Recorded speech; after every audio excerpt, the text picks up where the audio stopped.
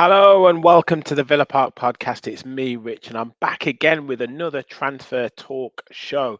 Yesterday's show got some great views, so thank you very much, and for all your comments on the video as well. Really, really appreciated.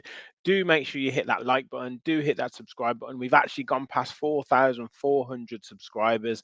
We're well on the road to 5K. So if you guys can like, subscribe, and get your comments in below on your thoughts on these latest developments and latest players to be linked with Aston Villa. We've got news on John Duran. Is he finally going to move on? Potentially a player coming in exchange. We've got links with a Dortmund player. We've got links with Mason Mount. I mean, where has that one come from? And everything else in between as well. The Joao Felix saga is continuing. So let's start with John Duran. Obviously, now it is no secret he wants to move. Villa, I think, want to move him on. He hasn't really been given a squad number as yet. And West Ham heavily linked. We talked yesterday about his agent putting his name out there, saying that West Ham were very, very interested. They were in advanced talks, and the talks have progressed even further now.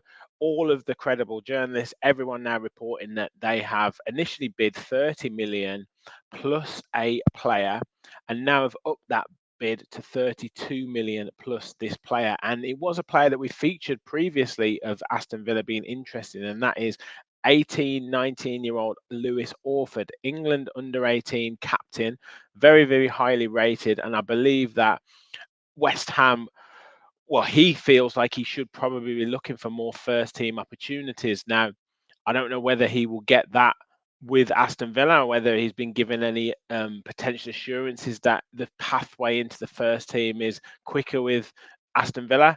But who knows? He's obviously represented England at under 16 and under 18 level.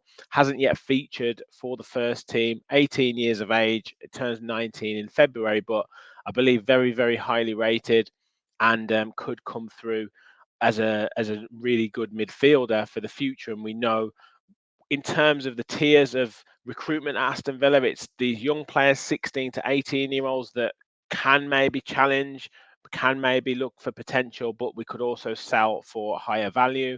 Then it's kind of that 20 to 24-year-old player who has had first team experience and Emery can mould them. And then there's maybe the more stellar player, the star player that we hope to sign now. We've let Moussa Diaby go, and looks like John Duran is going, but 32 million plus a player looks like a really good deal for me. And after Moussa Diaby's gone for around 60 million, to get nearly 100 million in the bank for two players and then be able to reinvest it, plus the signings that we've already made, and obviously Douglas Luiz moving on as well.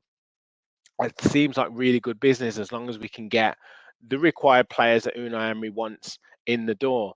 Now, Joao Felix has been back and forth with these negotiations, and apparently he's talking about a July the 27th deadline as to when he will decide on his future or whatever. And Atletico Madrid definitely want to move him on. Barcelona have maybe cooled on their interest. Aston Villa apparently had talks, and Unai Emery has spoken glowingly of his appreciation for Joao Felix and what he's like as a player.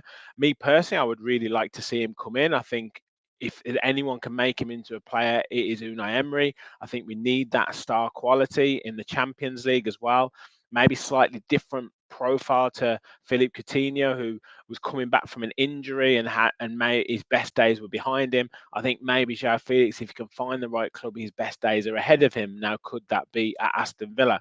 So for me, I think it's a different type of move. I guess it's just whether we have the money or the funds or the willing to make a transfer fee, or whether Atletico Madrid will negotiate and we can do a loan with an obligation to buy or something like that. So I think there's more in this one. I do think we'll get it there. I think trying to put a bit of pressure on Aston Villa and maybe other English clubs, because I think he'd be keen on a move to the Premier League if the Barcelona deal doesn't come off. So I think watch this space with Joao Felix. I think it could well be a player who comes in, and we've featured him a couple of times and checked his stats out. He hasn't been fantastic the last couple of years, but like I say, Unai Emery sees something in him, that little bit of star quality in that attacking midfield position. slotting balls through, that little bit announced for the Champions League, I think that would be ideal for us. So you guys let me know your thoughts in the comments on Joao Felix and how likely you think that is to happen. Now, another player that's been linked is Dortmund winger Karim Adeyemi. This one came through today, and it's an interesting one. Don't really know too much about him. Seeing him play for Dortmund a few times, very quick winger, 5'11", only 22, fits that profile of first team experience, what Unai Emery likes. We obviously signed Ian Matson, who was on loan at Dortmund last season. Maybe they've got a bit of a relationship in terms of the way that they've played. The last half of last season has 4 caps for Germany and represented Germany right from under 16 level onwards. 45 appearances for Borussia Dortmund, scoring 9 goals, and 68 appearances for Red RB Salzburg and scored 27 goals. So bit of experience, and could be a bit of a wild card sign. I think it's around about the 40 million euros mark. If we take a look at his SOFA score stats, we will see what he's like, and he can play predominantly down that left-hand side, but can also operate on the right, can also play as a striker as well. So would he potentially fit the bill as a backup to an Ollie Watkins?